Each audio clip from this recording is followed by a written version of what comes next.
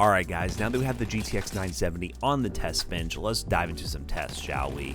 Now the games we decided to test with the 970 are as follows, those being Apex Legends, Call of Duty Warzone, Forza Horizon 5, Cyberpunk, and Fortnite. First up in Apex Legends at 1080p on medium-low settings, we got an average of about 70 FPS.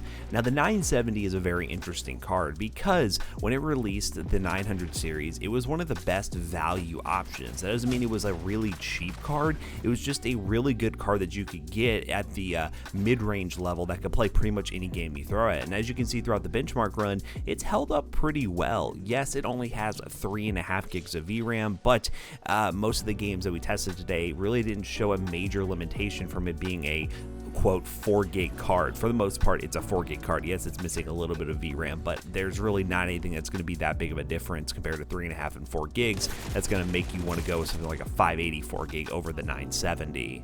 But in games like Apex that are pretty GPU dependent, getting 70 to 80 FPS on medium-low settings is pretty good to see. Again, it all depends on what CPU you're pairing it with, if you're going to run more low settings than medium-low settings. And the whole point of this series that we're doing is to show you what is the best placeholder option when you want to upgrade to a better graphics card in the future. And when you're spending about $200 right now on a 970, you're definitely putting more money into a placeholder card than you probably would have if you're on a really tight budget like we've done with something like a 760 or 950, but it just goes to show this is still a very capable card even if you want to use it long term with your new PC build.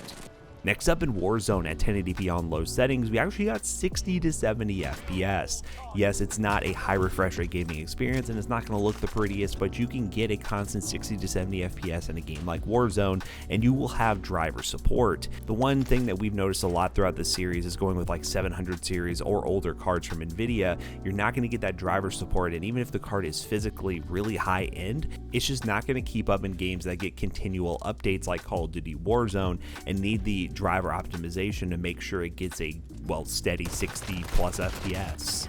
So I definitely give Warzone a pass. It was more than playable than I honestly thought it was going to be. Warzone is normally the game that causes a lot of problems with older GPUs, but with the 970 and just some modern like quad core processor, you still probably can get a 60 to 70 FPS experience.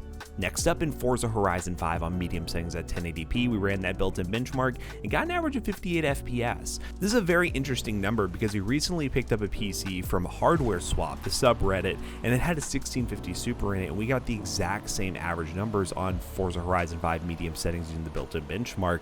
So I would say nowadays with driver optimizations, you're probably looking at a card that's pretty equivalent to a 1650 Super if you are looking to buy those new. And buying those new right now, you're looking well over $200.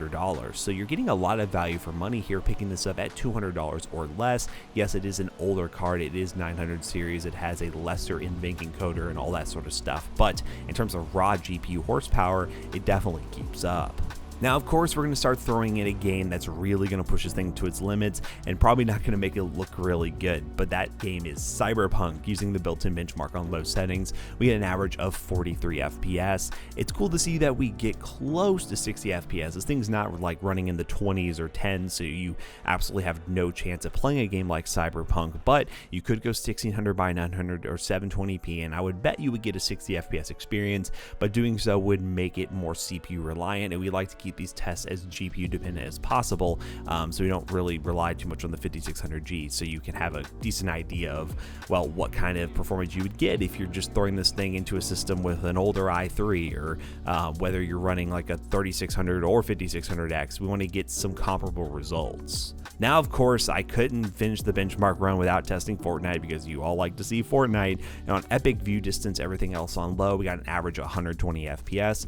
Once again, my disclaimer with Fortnite is when we're running on performance mode or lower settings, it is very CPU dependent, but there are people out there who are getting CPUs like a Ryzen 5600X that absolutely need a dedicated graphics card to even work, and if you get a 970, these are the numbers you'll end up with. So yeah, let me know down below what you think of the 970. I'm still very impressed with the card. The model we got was a blower style PNY card, and it's not the greatest. It does run hot, sometimes 80 degrees Celsius, but there are other models that you can buy at around $200 on eBay, and I think at that that price point, it's still a very good pickup, and definitely stay tuned for when we'll be doing a budget PC build featuring this 970, and it's going to be in a very interesting enclosure, so stay subscribed for that one. But yeah, 970, definitely a good card and a great placeholder option if you have the budget for it. Now that we finished the benchmarking section of today's video, how to bring Jackson back in here to wrap this video up real quick.